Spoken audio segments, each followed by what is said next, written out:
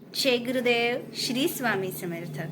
जर तुम्हाला पण मोबाईल घेऊन जेवायची सवय असेल तर त्याचे दुष्परिणाम काय होतात माहिती आहे का तुम्हाला? तर पहिली गोष्ट, तुम्हाला किती खाल्लंय आपण किती नाही हे समजत नाही, किंवा आपलं पोट भरलंय की नाही हे पण समजत नाही.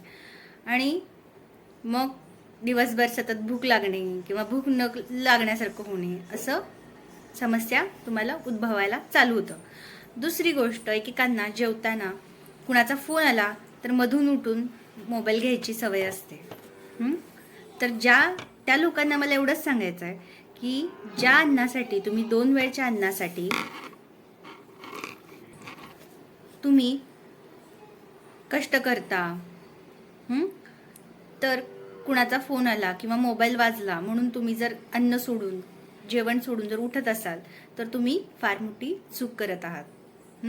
त्याने तुमची आर्थिक समस्या उद्भवायला वेळ नाही लागणार. तर आजपासून तुम्हाला जर जेवताना मोबाईल बघायची सवय असेल तर नक्की बंद करा. आणि निवांतपणे परमात्म्याने दिलेल्या त्या प्रसादाचं मनापासून ग्रहण करायला चालू करा. जेवताना मोबाईल पूर्णपणे बंद करा.